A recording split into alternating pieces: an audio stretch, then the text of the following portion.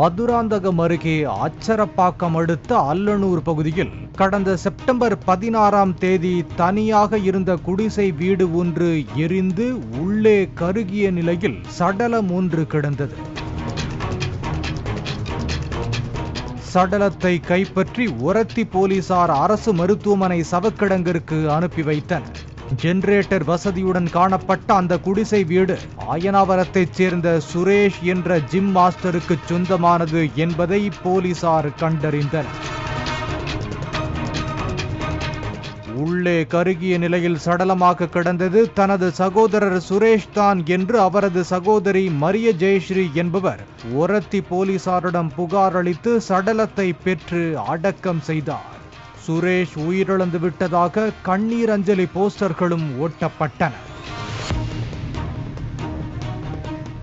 இந்த நிலையில் எண்ணூர் காவல் நிலையத்தில் டில்லி பாபு என்பவரை காணவில்லை என்று அவரது தாயார் புகார் அளித்தார். போலீசார் வழக்கை கிடப்பில் போட்டதால் தனது மகனை கண்டுபிடித்து தரக்கோரி நீதிமன்றத்தில் ஆட்கொணர்வு மனு தாக்கல் செய்தார். இதையடுத்து போலீசார் தீவிர விசாரணை நடத்தினர். இதில் டில்லி பாபு மாயமான அன்று ஜிம் மாஸ்டர் சுரேஷ் மற்றும் கூட்டாளி கீர்த்திராஜன் ஹரிகிருஷ்ணனுடன் சென்றது கண்டுபிடிக்கப்பட்டது. சுரேஷ் பலியானதாக கூறப்பட்ட நிலையில் அவரது நண்பர்களை பிடித்து டில்லி பாபு எங்கே என்று விசாரித்த போது பல திடுக்கிடும் தகவல்கள் தெரிய வந்தன. ஜிம் மாஸ்டர் சுரேஷ் ஸ்டார் ஹெல்த் இன்சூரன்ஸ் நிறுவனத்தில் விபத்து காப்பீட்டு பாலிசியில் 1 கோடி ரூபாய்க்கு இன்சூரன்ஸ் எடுத்துள்ளார். இந்த தொகையை தான் உயிருடன் இருக்கும் போதே பெற்று ஜாலியாக வாழ சுரேஷ் ஆசைப்பட்டுள்ளார். அதற்காக தன் வயதுடைய ஒருவரை கொன்றுவிட்டு ஆள்மாறாட்டம் செய்ய திட்டமிட்டுள்ளார்.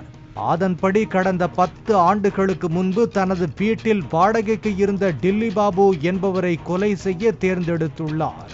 கடந்த செப்டம்பர் 15ஆம் தேதி டில்லி பாபுவிடம் மது விருந்து தருவதாக கூறி தனது குடிசை வீட்டுக்கு கூட்டாளிகளுடன் அழைத்து சென்றுள்ளார் சுரேஷ்.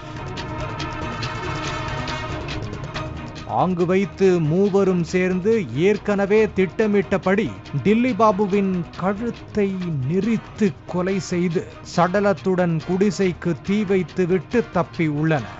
சுரேஷ் மாறுவேடத்தில் அரக்கோணம் பகுதியில் பதுங்கியிருப்பதை கண்டறிந்து போலீசார் கைது செய்தனர்.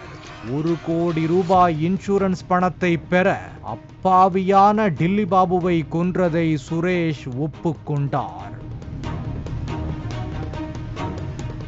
எல்லாவற்றுக்கும் மேலாக சுரேஷ் குடும்பத்தினர் இன்சூரன்ஸ் பணத்தை பெற முயன்ற போது ஸ்டார் ஹெல்த் இன்சூரன்ஸ் நிறுவனம் ட்விஸ்ட் ஒன்றை வைத்தது.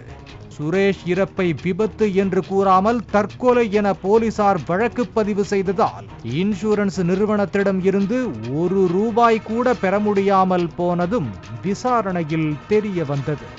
பாலிமர் செய்திகளுக்காக மதுராந்தகம் செய்தியாளர் சத்யசீலன்.